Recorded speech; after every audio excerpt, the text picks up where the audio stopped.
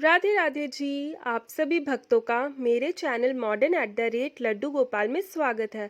तो जी आज मैं फिर आ गई हूँ आप लोगों के साथ एक नई जानकारी, एक नई वीडियो लेके। तो जी आज मैं बात करने वाली हूँ, जो लोग लड्डू गोपाल जी को भोग लगाना भूल जाते हैं या कभी कभार ऐसा होता है कि जो उनके घर में खाना बनता है वो लड्डू गोपाल जी को भोग लगाने से पहले अपने घर के किसी सदस्य को, या तो घर के बच्चे को या तो घर के बड़े को पहले खिला देते हैं। तो क्या चिंता करने वाली बात है? तो आइए जानते हैं। तो सबसे पहली बात आपको ये समझना होगा कि आपने लड्डू गोपाल जी की कैसे सेवा ले रखी है। मतलब यहाँ पे जो होता है ना, लोग अलग अलग तरह की सेवा करते हैं। जैसे कई लोग हैं जो लड्डू गोपाल जी को सिर्फ 2 बार भोग लगाते हैं, तो बहुत सारे लोग ऐसे हैं जो लड्डू गोपाल को 4 से 5 बार भोग लगाते हैं। कुछ लोग हैं जो सिर्फ सूखा भोग लगाते हैं, और कुछ लोग प्रॉपर जो खाना बनता है उनके घर में पहले वो ठाकुर जी को प्रसाद लगाते हैं, उसके बाद वही खाना उनके घर के लोग खाते हैं। तो आपको पहले ये समझना होगा।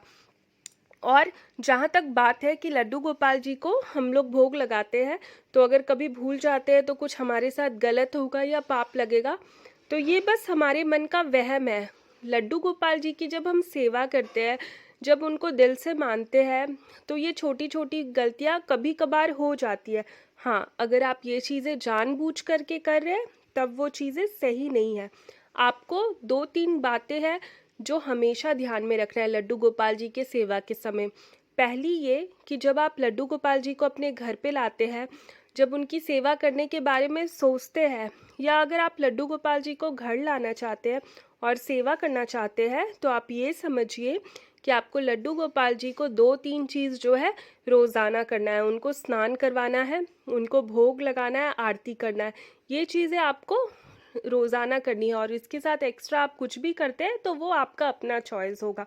अब बात करते हैं भोग लगाना क्यों भूलते हैं।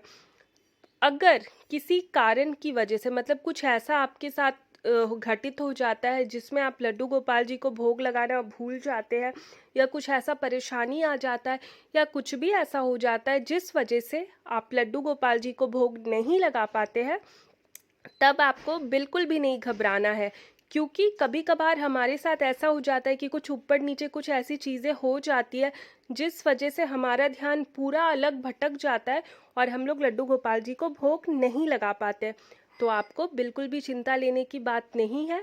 आप बस मन से लड्डू गोपाल जी से माफ़ी मांगिए और मानसिक पूजा करिए। आप जहाँ पे भी है, जिस जगह पे है, वहीं से आप माफ़ी मांगिए और बोलिए कि जब भी आप आएंगे तो आप लड्डू गोपाल जी को भोग लगा देंगे।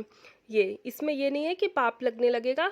छोटी छोटी बातों में अगर हम लोग सोचेंगे पाप लगने लगेगा, तब तो लड्डू गोपाल जी की सेवा कर ही नहीं पाएंगे।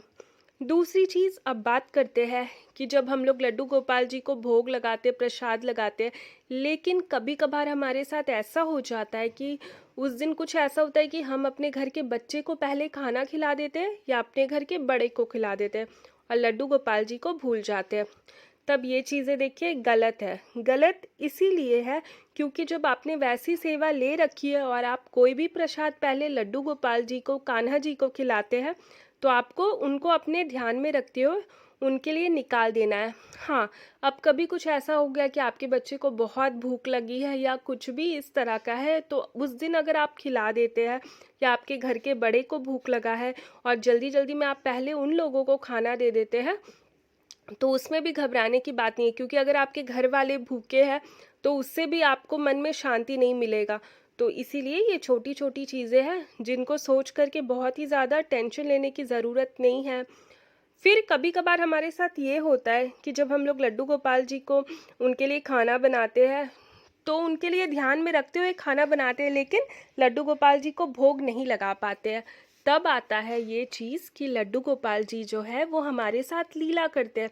क्योंकि आप देखिएगा कभी कभार हमारे साथ भी ये होता है कि कुछ चीज़ें हमारे घर पे बनता है तो वह चीज़ हम लोग को खाने का मन नहीं करता है।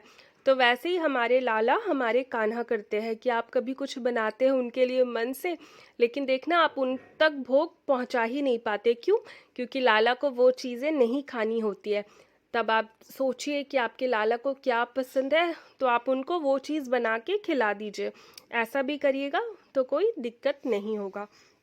और एक चीज़ और याद रखिए, अगर जैसे आप बार बार मतलब हमेशा लड्डू गोपाल जी को भोग लगाना भूल जाते हैं, वैसी वाली भोग जो आप खाना बनाते हैं अपने रसोई घर में, वो खाना जो आप लड्डू गोपाल जी के लिए भी निकालते हैं, तो आप क्या करिए कि जो आपका रसोई घर है उसके ही आसपास कोई अच्छा सा जगह में आप अपने लड्डू गोपाल जी का आसन लगा दीजिए, उनको वहाँ बैठा दीजिए।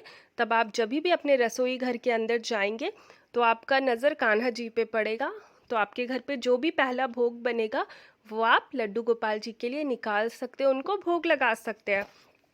तो आप ऐसी चीज़ें कर सकती है।